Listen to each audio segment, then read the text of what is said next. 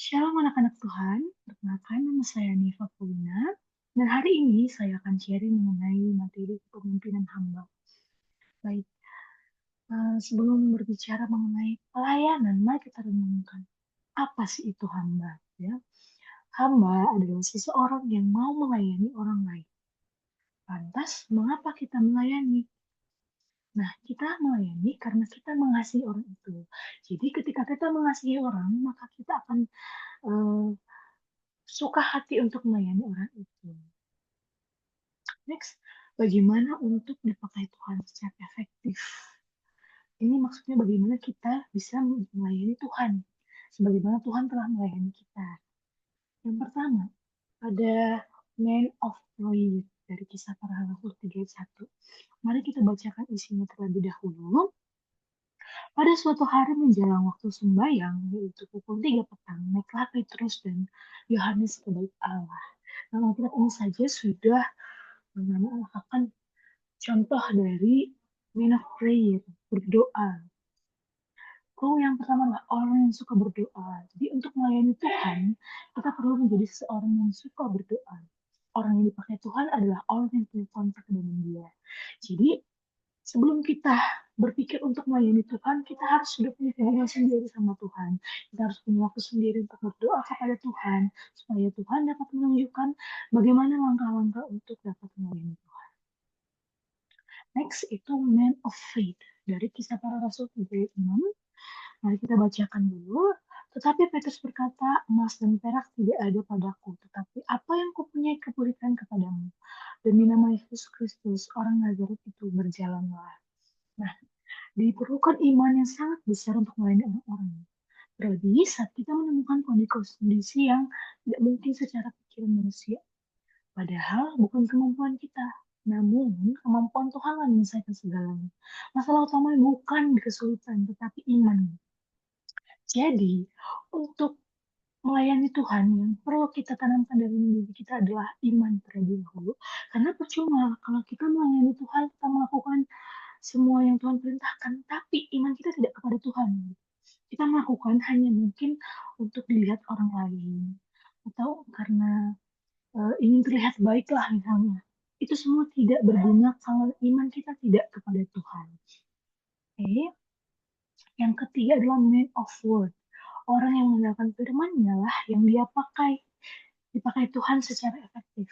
Membaca dan merenungkan firman akan membawa kita kepada pengenalan yang lebih akan Tuhan, dan hal itu berbanding lurus dengan iman kita.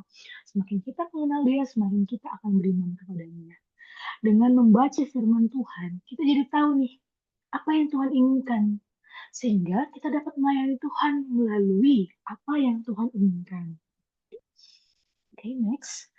Men that are filled with Holy Spirit. Kita baca dari Kisah Para Rasul 1 ayat 8 dahulu. Oke, sebentar. Kisah Para Rasul 1 ayat 8. Baik. Tetapi kamu akan menerima kuasa kalau Roh Kudus turun ke atas kamu, dan kamu akan menjadi saksiku di Yerusalem dan di seluruh Yudea dan Samaria dan sampai ke ujung bumi. Sekali lagi saya baca. Tetapi kamu akan menerima kuasa kalau Roh Kudus turun ke atas kamu, dan kamu akan menjadi saksiku di Yerusalem dan di seluruh Yudea dan Samaria dan sampai ke ujung bumi. Lalu kita baca lagi Kisah Para Rasul 4 ayat 9 sampai 12, bunyinya, jika kami sekarang harus diperiksa karena suatu kebajikan kepada seorang sakit dan harus menerangkan dengan kuasa manakah orang itu disembuhkan, maka ketahuilah oleh kamu sekalian dan nama Yesus Kristus orang Nazaret yang telah kamu salibkan, tetapi yang telah dibangkitkan Allah dari orang mati, bahwa oleh karena Yesus itulah orang ini berdiri dengan sehat sekarang di depan kamu. Yesus adalah batu yang dibuang oleh tukang-tukang bangunan, yaitu kamu sendiri. Namun, ia telah menjadi batu penjuru, dan keselamatan tidak ada di dalam siapapun, juga selain di dalam dia. Sebab di bawah kolong langit ini tidak ada nama lain yang diberikan kepada manusia yang olehnya kita telah diselamatkan. Orang-orang yang dipenuhi Roh Kuduslah yang mampu dipakai Tuhan secara efektif. Karena di dalam diri kita ada dua sisi. Sisi yang dijalankan Roh Kudus dan sisi yang dijalankan oleh roh jahat. Dan semua itu tergantung kita. Kita lebih fokus ke yang mana. Kita memilih dan kita mengikuti suruhan yang mana. Nah, orang yang dipenuhi kuasa Roh Kuduslah yang mampu dipakai Tuhan secara efektif. Berarti untuk menjadi pelayan Tuhan, kita harus mengikuti apa yang Roh Kudus katakan dalam diri kita dan mengabaikan apa yang roh jahat katakan. Mustahil kita melayani dengan pimpinan diri kita sendiri. Dan kita berharap pelayanan kita akan efektif. Kalau kita melayani hanya mengandalkan diri kita, berarti semua yang kita lakukan hanya uh, yang kita anggap benar. Sedangkan yang kita anggap benar itu tidak selalu berarti benar. Untuk itu kita memerlukan bantuan dari Roh Kudus untuk menyadarkan kita mana sih yang benar, mana yang kurang benar. Kita perlu kuasa dan tuntunannya. Jadi walaupun kita melayani untuk dia, kita tetap butuh kuasa dan tuntunannya dalam melakukan perintah-perintah Tuhan. Gitu. Lanjut, dalam Alkitab juga ada dikatakan kepahitan dan kebencian.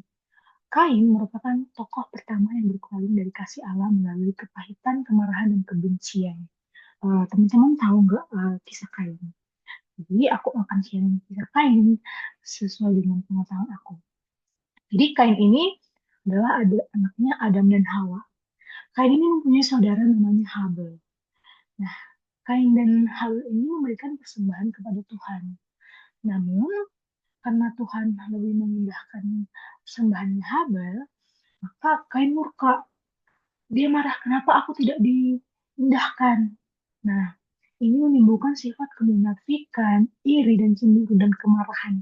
Hal inilah yang membuat dia lebih mendengarkan roh jahat. Dan dia melakukan dosa besar yaitu membunuh adiknya sendiri, yaitu Habel. Nah, Tuhan Yesus, kita melihat sifat Yesus seperti yang ditemukan dalam ajarannya yang terbesar di kerajaan dan juga dalam Filipi 2, di mana Paulus berbicara tentang pikiran Kristus. Nah, mari kita lihat poin yang sebagai review. Poin pertama itu adalah pelayan. Dia yang terbesar harus menjadi pelayan dari semua. Kita dapat melihat ya dari kisah Tuhan Yesus sendiri bagaimana dia adalah Tuhan kita, Tuhan yang kudus, Tuhan yang menciptakan kita. Tapi dia melayani kita, dia turun ke bumi untuk menyelamatkan kita dari dosa. Itu adalah pelayanan yang paling luar biasa yang pernah ada. Lanjut, tidak menjadi tuan atas orang lain. Nah, seperti yang kita lihat, meskipun Tuhan punya kuasa yang sangat besar, tapi dia tetap datang ke dunia sebagai manusia. Dia tetap menyebarkan Injil, tapi tetap dalam wujud manusia. Karena dia ingin kita lihat bahwa kita dan Tuhan adalah sama-sama manusia. Yang membedakan adalah dia manusia yang tidak pernah berdosa. Jadi poin ketiga adalah contoh. Anda harus hidup dan memberi contoh. Semua poin-poin ini sangat berhubungan dengan Tuhan Yesus. Kita bisa lihat bagaimana Tuhan Yesus saat dicobai dan dia tetap kokoh dengan pendiriannya. Itulah Tuhan Yesus sebagai contoh. Next, poin keempat adalah rendah hati. Menjadi rendah hati, hidup jujur, bersikap jujur tentang diri kita sendiri tanpa kepura-puraan atau kemunafikan. Kita sangat tahu ya bahwa Tuhan tidak pernah hidup dalam kepura-puraan, kemunafikan. Dia selalu hidup. Bahkan pada saat dia mati, ketika dia merasa ketakutan, dia tetap mengatakan itu. Tapi dia tetap serahkan hidupnya kepada Tuhan. Jadi saat Tuhan itu sebagai manusia, dia tidak pernah pura-pura untuk menjadi, misalnya, aku Tuhan, aku nggak boleh kelihatan takut. Tapi dia tetap menunjukkan kemanusiaannya itu.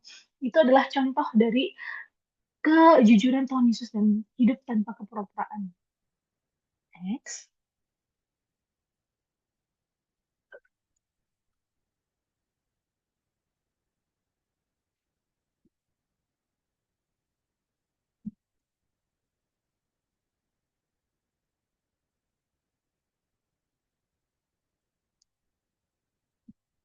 Hmm.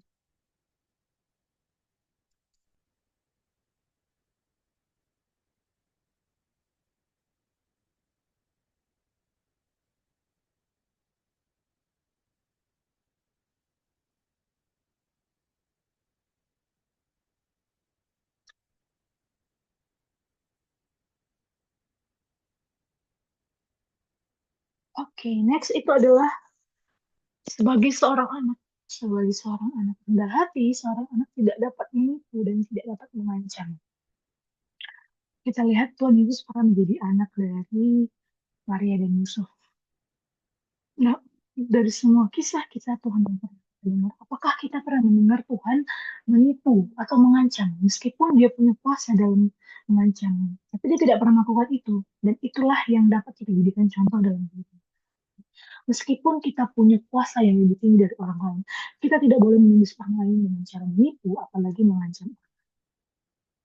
Lalu poin keenam adalah sebagai yang lebih muda. Ini berarti memahami bahwa kita akan selalu menjadi orang-orang yang kurang beruntung dan juga berarti cahaya perjalanan.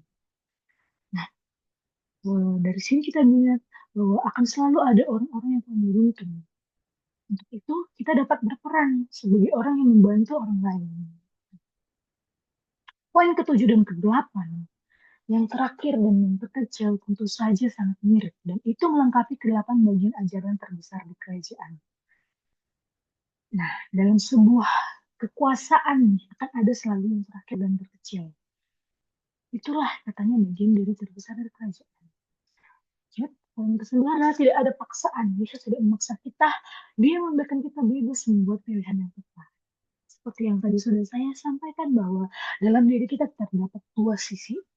Semua itu tergantung pilihan kita. Kita lebih memilih untuk mengikuti Yesus atau sebaliknya. Nah, selanjutnya, untuk poin 10 tidak ada ambisi buta. Yesus tidak didorong oleh ambisi yang buta. Tujuan surgawi hanya bisa dicapai dengan cara surgawi. Nah, untuk melayani Tuhan kita tidak perlu melakukan ambisi yang berlebihan.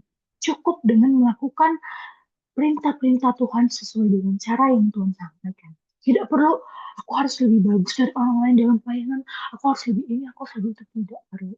Yang paling penting adalah kita melakukan pelayanan berdasarkan iman dan berdasarkan Tuhan, ajaran Tuhan. Poin ke-11 yaitu dia membuat dirinya tanpa reputasi.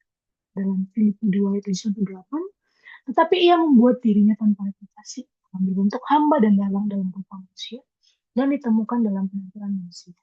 Tadi seperti yang sudah kita bahas ya, bahwa Tuhan datang ke dunia, rela sebagai manusia untuk melayani manusia. Padahal kita tahu bahwa kasta Tuhan itu sangat tinggi dibanding dengan kita. Nah, seperti itu juga kita. Jika kita ingin melayani orang lain, apalagi orang lain yang ada di bawah kita harus mau merasakan dulu apa sih yang mereka hadapi. Jadi kita tahu mereka butuhnya apa yang kita bisa buat untuk melayani mereka. Begitu. Next, poin ke-12 adalah manusia. Ia adalah sepenuhnya Allah dan sepenuhnya manusia. Nah, ini juga mengatakan bahwa Allah itu Tritunggal, Allah itu adalah Roh Kudus, Allah itu adalah Anak, dan Allah itu adalah Bapa. Nah, semua ketiga-tiganya adalah benar. Dan saat Tuhan datang ke dunia, dia memilih untuk menjadi anak Tuhan, yaitu manusia, untuk melayani orang lain. Poin ke-13 yaitu Yesus merendahkan dirinya dan taat. Dia taat sampai mati. Ini juga termasuk contoh melayani. Kalau kita sudah memilih Tuhan sebagai jalan hidup kita harus melakukannya sampai kita mati. Artinya, seumur hidup kita harus melayani Tuhan dengan setia. Itulah dimaksud dengan pelayanan yang sejati. Lalu, poin ke-14 adalah kematian di kayu salib.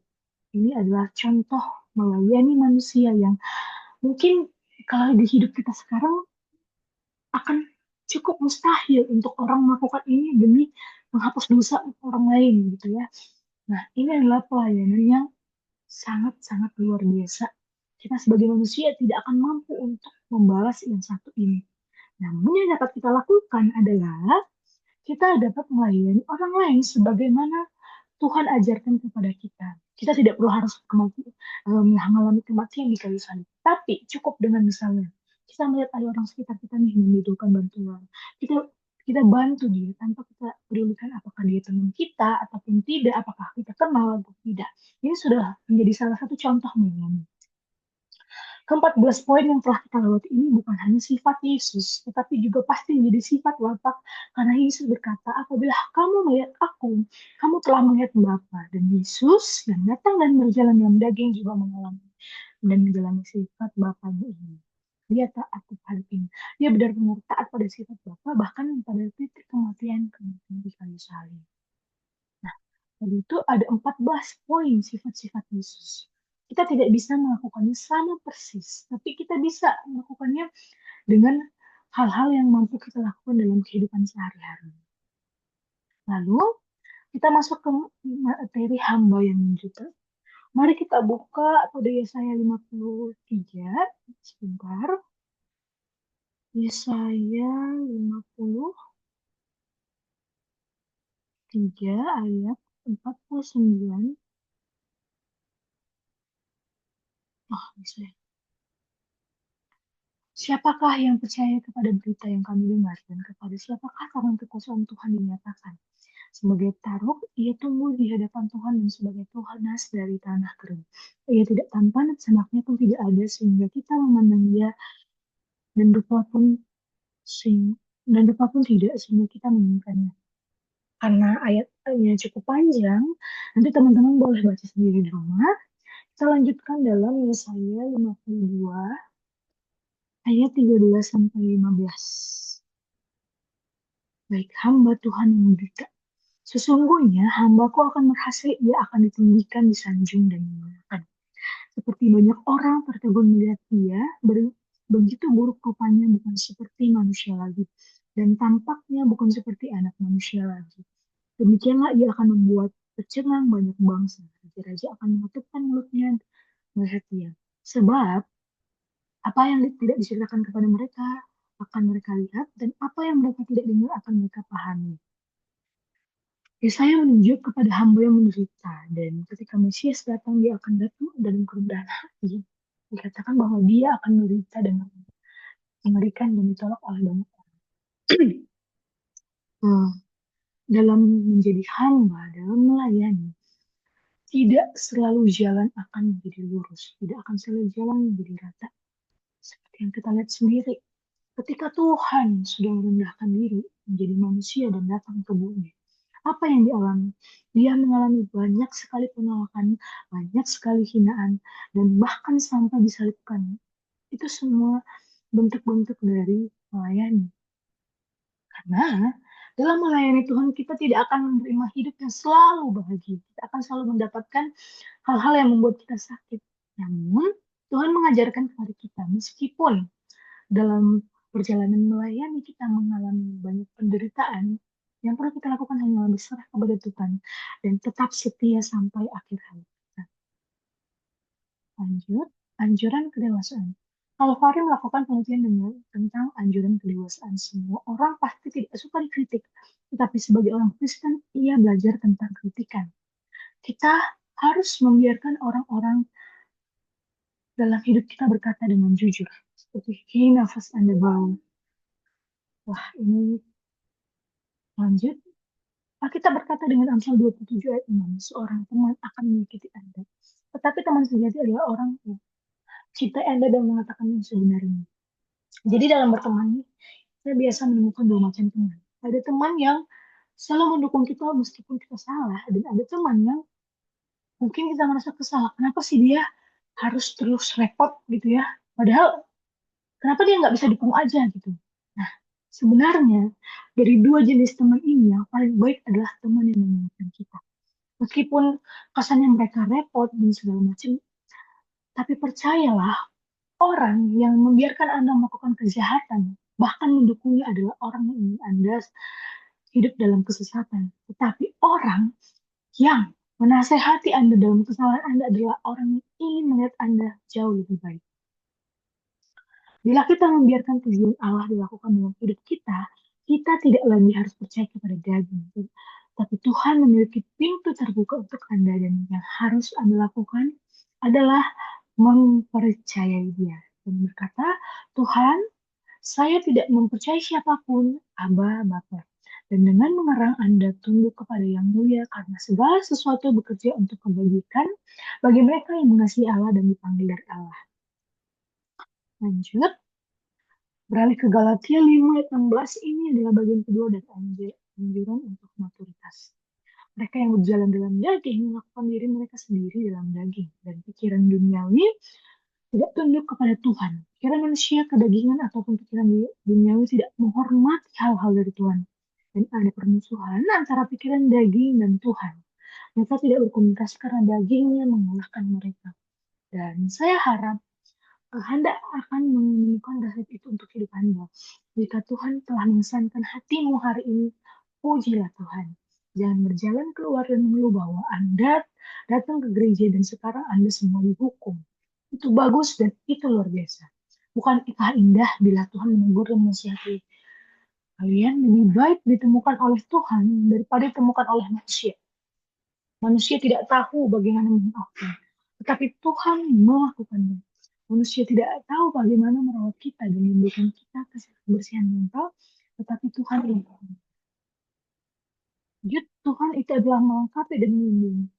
Dalam Efesus 4 ayat 6 kita memiliki sebuah deskripsi oleh Tuhan tentang kehidupan Kristen yang merupakan respon layak atas semua yang telah Allah lakukan untuk kita. Semua berkat yang menjadi milik kita di dalam Kristus Yesus yang telah diperinci oleh Paulus melalui yang pertama 3 bab. Dalam Efesus 4 ayat 8-10 dikatakan juga pemberian karunia ini dijelaskan dan tidak lain adalah Yesus sendiri. Ini berbicara tentang dia meninggalkan panggilan surga datang ke dunia ini. Dia tidak hanya mau datang ke bumi yang jatuh ini, tapi dia rela mati di sini untuk dosa-dosa kita. Dia masuk ke dalam hati bumi, ke dalam Hades itu sendiri, dan dibangkitkan 3 hari kemudian. Dan kemudian setelah itu dia dibangkitkan, kemudian naik ke surga, di mana dia mengatur segala sesuatu. Next. Sukacita hamba. Perlu kita ketahui awal gereja di Filipi dan ini dibicarakan dalam kisah Paulus 16. Ketika Paulus kemudian masuk dan mulai mengutbahkan firman Allah di Filipi, dan sebuah gereja yang sangat kuat didirikan di sana. Sebagaimana Roh Kudus bekerja melalui mereka untuk mendudukan Injil. Tetapi ini bukan tanpa kesulitan. Karena Paulus memberitakan Injil ada seorang gadis yang kerasukan yang membawa kekayaan luar biasa kepada pemiliknya dengan keberuntungan dengan hal ini. Dia mengikuti Paulus selama beberapa hari dan dia berkata, dengarkanlah orang-orang ini. Mereka adalah hamba yang mengasihi dan mereka memberitahu kita jalan keselamatan. Nah, kita terus belajar bahwa menjadi hamba itu akan ada namanya penderitaan. Namun di balik semua itu, suatu saat kita akan mengalami sukacita sebagai hamba yang melayani orang lain dan Tuhan tentunya. Sukacita adalah segala sesuatu yang lebih dalam karena kita memiliki dasar dalam Kristus. Ini memiliki dasar dalam apa yang telah Allah lakukan untuk kita dan apa yang dipikirkan Allah tentang kita dan janji yang telah Allah buat kepada kita. Dan itu karena hal-hal tidak pernah berubah bahwa sumber sukacita kita tidak pernah berubah. Lanjut. Paul berbicara kepada orang Filipi dengan latar belakang agraria macam itu dan menceritakan bagaimana kehidupan mereka yang menanggung kebenaran, kebaikan, dan kematangan. Hidup kita harus mewujudkan buah dengan cara agar Tuhan hanya membutuhkan sedikit bantuan untuk menampung kelimpangan buah. Dan itulah doa untuk gereja ini. Itu doa yang indah, Anda tidak pernah bisa salah jika seseorang bertanya, apa yang bisa mereka doakan untuk Anda? Dan Anda berkata, baiklah sembahlah doa Filipi, satu doa untuk saya. Tetapi ada satu doa lain secara pribadi saya sukai, meskipun sedikit lebih dari ini, itu doa di Kolose. Mereka semua berdoa, mereka semua doa yang indah, diilhami oleh Roh Kudus dan ditulis oleh Paulus. Jadi inti dari semua materi hari ini adalah melayani itu adalah tugas hamba dan kita adalah hamba untuk Tuhan. Dalam melayani, kita perlu tahu apa yang Tuhan inginkan. Nah, Tuhan inginkan ada di dalam firman Tuhan. Dan dasar dari semua ini harus kita landaskan berdasarkan iman kepada Tuhan. Karena hidup sebagai hamba tidak akan selalu mulus jalannya. Akan banyak penderitaan yang kita alami. Namun, di balik itu semua, Tuhan menjadikan cita-cita yang luar biasa yang akan menanti kita ke depannya. Dan Tuhan adalah maha melindungi kita dalam segala aspek kehidupan kita. Dan untuk itu, saya mengucapkan terima kasih kepada anak-anak Tuhan yang sudah menonton video ini. Dan saya mohon maaf jika ada kesalahan dalam berbicara atau beberapa materi yang kurang dipahami. Untuk itu terima kasih, shalom.